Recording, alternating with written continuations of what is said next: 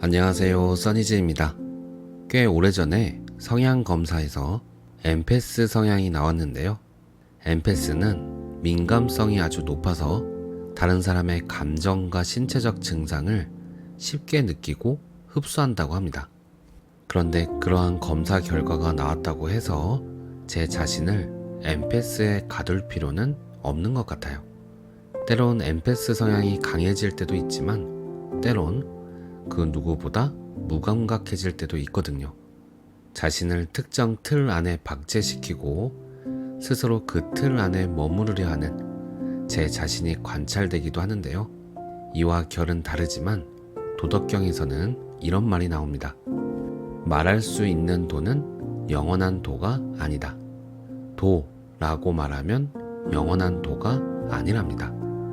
엠패스라고 이름 붙이는 순간 엠패스라는 단어도 엠패스라는 이름을 붙인 대상도 언젠가 사라져버릴 수밖에 없기에 영원한 실제가 될 수 없죠.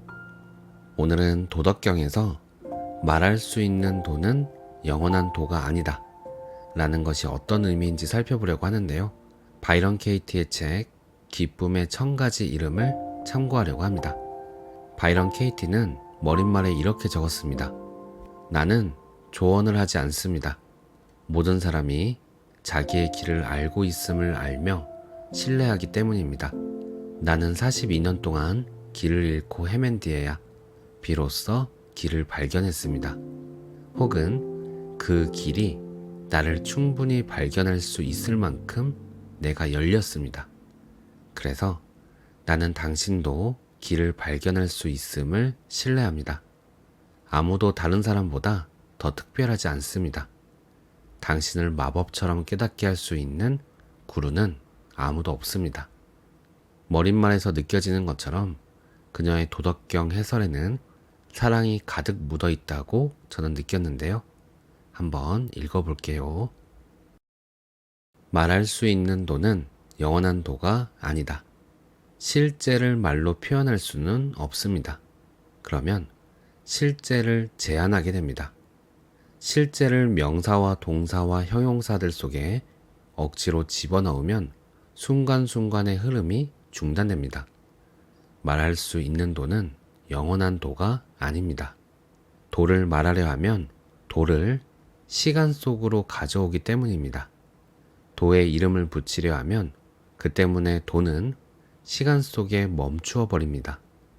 어떤 것에 이름을 붙이면 그것은 더 이상 영원하지 않습니다. 영원이란 자유롭고 무한하며 시간이나 공간 속에 위치가 없으며 어떤 장애도 없는 것을 의미하기 때문입니다. 지금 이 의자에 앉아 있는 것, 케이티의 몸은 이름이 없습니다. 나는 영원의 경험입니다. 심지어 신을 생각하기만 해도 그 모든 것은 멈추어 버리고 시간 속에서 나타나며 그렇게 신을 창조할 때 신 아닌 것도 창조합니다. 신 대신에 다른 어떤 이름을 넣어도 마찬가지입니다. 나무를 생각하면 나무와 나무 아닌 것을 창조합니다. 원리는 같습니다. 어떤 것에 이름을 붙이기 전에는 세계에는 어떤 것도 어떤 의미도 없습니다. 오로지 말이 없고 문제도 없는 세계 속에 평화만이 있을 뿐입니다. 그것은 기쁨의 침묵 속에서 모든 문제가 이미 해결되어 있는 공간입니다.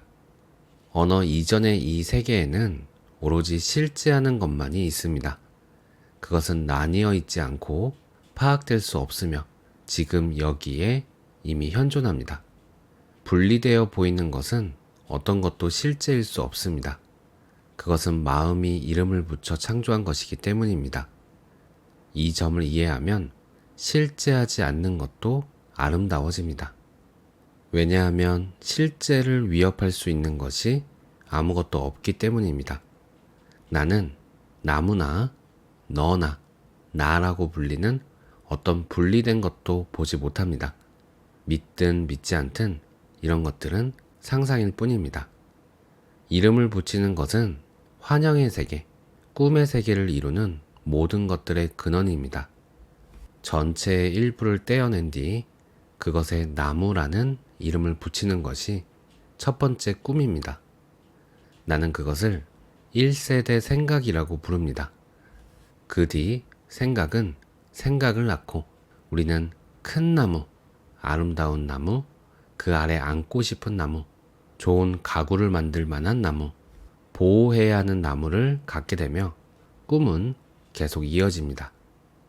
어린아이가 맨 처음 어떤 단어를 어떤 것과 연결시킬 때 그 아이는 순식간에 꿈의 세계, 어떤 세계의 꿈에 빠지게 됩니다. 그 생각에 질문을 하여 꿈에서 깨어나고 모든 것, 나무, 나무 아닌 것, 세계, 세계 아닌 것에, 도에 감사하게 되는 것도 순식간에 할 수 있습니다. 마음이 자기의 생각을 믿을 때 마음은 이름 붙일 수 없는 것에 이름을 붙이고 이름을 통해 그것을 실제하는 것처럼 보이게 합니다. 마음은 그 이름들이 실제한다고 믿고 자기와 분리된 세상이 바깥에 있다고 믿습니다. 그것은 환상입니다. 온 세계는 투사되는 것입니다. 당신이 마음의 문을 닫고 무서워할 때는 세상이 적대적으로 보입니다. 반면 지금 있는 것을 사랑할 때는 세상에 있는 모든 것이 사랑하는 연인으로 변합니다. 안과 밖은 언제나 일치합니다. 그것들은 서로의 반영입니다. 세상은 당신의 마음이 거울에 비친 모습입니다. 생각을 믿지 않을 때 당신은 근본적인 욕망, 즉 현실이 지금과 달라야 한다는 생각으로부터 자유롭습니다. 당신은 말로 표현할 수 없는 것, 생각할 수 없는 것을 깨닫습니다. 모든 비밀스러운 것은 스스로 만들어낸 것임을 이해합니다. 실제로는 어떤 비밀도 없습니다. 모든 것은 대낮처럼 환하고 분명합니다. 그리고 단순합니다. 사실은 어떤 것도 없기 때문입니다. 오로지 지금 나타나는 이야기만 있을 뿐입니다. 실은 그것조차 없습니다. 결국 비밀스러운 것은 드러난 것과 동등합니다. 당신은 그저 새로운 시각으로 바라볼 뿐입니다. 세계는 시각적인 환영입니다. 세상은 당신 자신일 뿐입니다. 불행하고 제정신이 아닌 당신, 혹은 평화롭고 기뻐하는 당신, 결국 욕망은 욕망으로부터의 자유와 동등합니다. 욕망은 선물이며 알아차림의 씨앗입니다. 모든 일은 당신에게 일어나는 것이 아니라 당신을 위해 일어납니다. 나는 내 생각들의 질문을 던졌고 지금 있는 현실과 다투는 것은 미친 짓이라는 것을 알게 되었습니다. 그래서 지금 일어나고 있는 일 외에는 어떤 일도 일어나기를 원하지 않습니다. 예를 들어 올해 연세가 90인 어머니는 췌장암으로 죽음을 눈앞에 두고 있습니다. 나는 어머니를 보살피고 어머니를 위해 요리하고 청소하며 어머니 옆에서 자고 하루에 23시간 동안 어머니의 아파트에서 지냅니다. 이 생활은 이제 한 달이 되었습니다. 어머니의 호흡이 내 생명의 맥박인 것만 같습니다. 나는 어머니를 목욕시키고 구석구석 몸을 씻겨드리고 어머니에게 약을 드리고 크나큰 감사를 느낍니다. 그녀는 저기에 있는 암으로 죽어가는 효과가 놀라운 진통제를 복용하는 텔레비전을 보고 이야기를 나누며 얼마 남지 않은 나의 마지막 날들을 보내고 있는 나 자신입니다. 나는 어머니의 몸, 곧 내 몸의 아름다움과 정교함, 복잡함에 감탄합니다. 그리고 어머니 삶의 마지막 날, 내가 어머니의 침대 머리맡에 앉아 있을 때 어머니의 호흡에 어떤 변화가 일어납니다. 나는 이제 몇 분밖에 남지 않았다는 것을 알아차립니다. 그 뒤 또 한 번의 변화가 일어나고 나는 알아차립니다. 우리의 눈이 감기고 잠시 뒤 어머니는 떠났습니다. 나는 마음이 비워진 눈, 마음이 없는 눈, 무심의 눈을 더 깊이 들여다봅니다. 그리고 어떤 변화가 일어나기를 기다립니다. 눈이 죽음을 보여주기를 기다리지만 아무것도 바뀌지 않습니다. 어머니는 여전히 그대로 있습니다. 나는 어머니에 대한 나의 이야기를 사랑합니다. 어머니가 달리 어떻게 존재할 수 있었을까요? 한 남자가 나의 배에 권총을 들이밀고 공이치기를 잡아당기며 말합니다. 널 죽여버리겠어. 나는 그가 자기의 생각을 그리고 진지하게 믿고 있다는 사실에 충격을 받습니다. 자신을 하나의 나로 믿는 사람에게는 죽인다는 생각이 죄책감을 일으키고 이 죄책감은 고통스러운 삶으로 이어집니다. 그래서 나는 그에게 그러지 말라고 최대한 다정하게 얘기합니다. 내가 염려하는 것은 그가 받을 고통이지만 그 말을 하지는 않습니다. 그는 나를 죽여야 한다고 말합니다. 이해합니다. 예전에는 나도 어떻게 해야 한다고 믿었음을 기억합니다. 나는 그가 최선을 다하고 있음을 고마워하고 내가 매료됨을 알아차립니다. 그녀는 이렇게 죽는가? 이야기는 이렇게 끝나는가? 기쁨이 내 안에서 차오르는 동안 나는 이야기가 여전히 이어지는 것이 기적 같다고 느낍니다. 우리는 결코 그 끝을 알 수 없습니다. 심지어 이야기가 끝날 때에도 하늘, 구름, 달빛에 비친 나무들을 보며 나는 깊은 감동을 받습니다. 이 놀라운 삶을 내가 한순간도 한 호흡도 놓치지 않음을 사랑합니다. 나는 기다립니다. 또 기다립니다. 그리고 결국 그는 방아쇠를 당기지 않습니다.